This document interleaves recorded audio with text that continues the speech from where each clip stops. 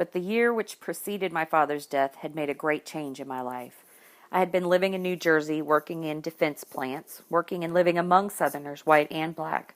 I knew about the South, of course, and about how Southerners treated Negroes and how they expected them to behave, but it had never entered my mind that anyone would look at me and expect me to behave that way.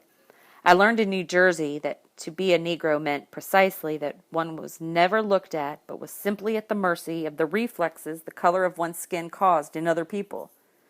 I acted in New Jersey as I had always acted, that is, as though I thought a great deal of myself. I had to act that way, with results that were simply unbelievable.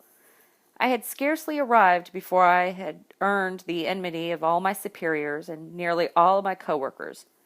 In the beginning, I simply did not know what was happening. I did not know what I had done, and I shortly began to wonder what anyone could possibly do to bring such unanimous, active, and unbearably vocal hostility.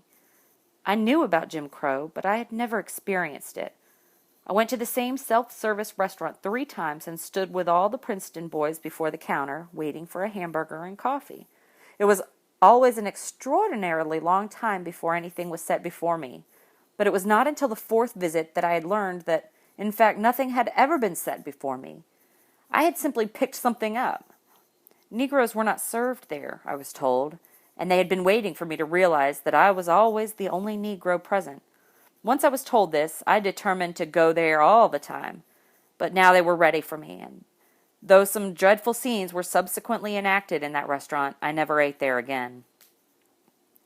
That year in New Jersey lives in my mind as though it were the year during which, having an unsuspected predilection for it, I first contracted some dread, chronic disease, the unfailing symptom of which is a kind of blind fever, a pounding in the skull and fire in the bowels.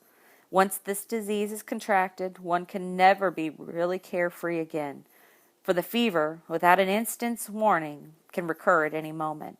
It can wreck more important things than race relations. There is not a Negro alive who does not have this rage in his blood.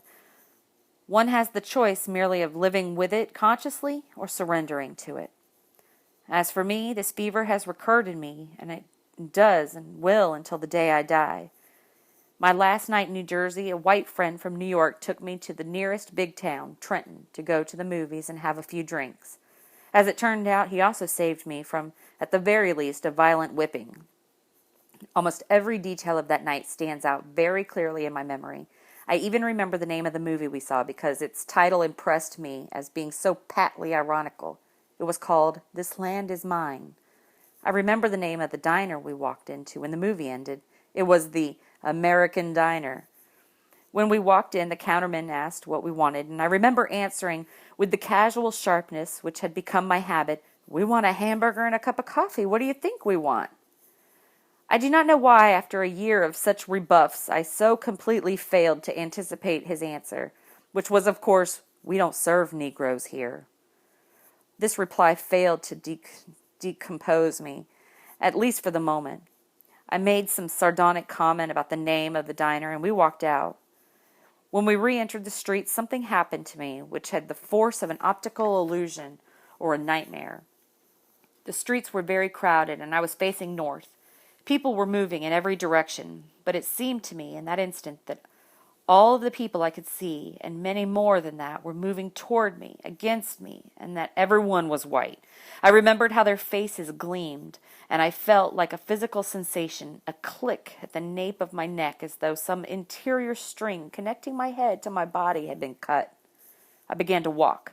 I heard my friend call after me, but I ignored him. Heaven only knows what was going on in his mind, but he had the good sense not to touch me. I don't know what would have happened if he had. And to keep me in sight, I don't know what was going on in my mind either. I certainly had no conscious plan. I wanted to do something to crush these white faces, which were crushing me.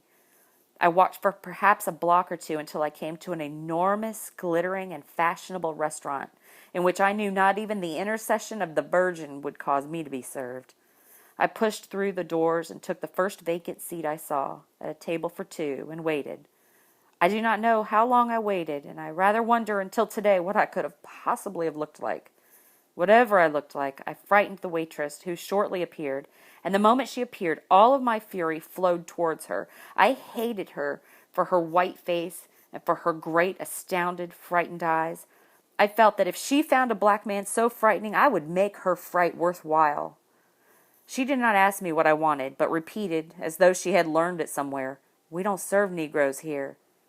She did not say it with the blunt, derisive hostility to which I had grown so accustomed, but rather with a note of apology in her voice, and fear.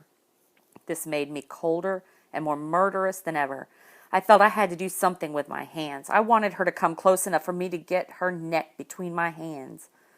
So I pretended not to understand her, hoping to draw her closer, and she did step a very short step closer, with her pencil poised incongruously over her pad, and repeated the formula, "Don't serve Negroes here." Somehow, with the repetition of that phrase, which was already ringing in my head like 1,000 bells of a nightmare, I realized that she would never come any closer, and that I would have to strike from a distance. There was nothing on the table but an ordinary water mug half full of water, and I picked this up and hurled it with all of my strength at her.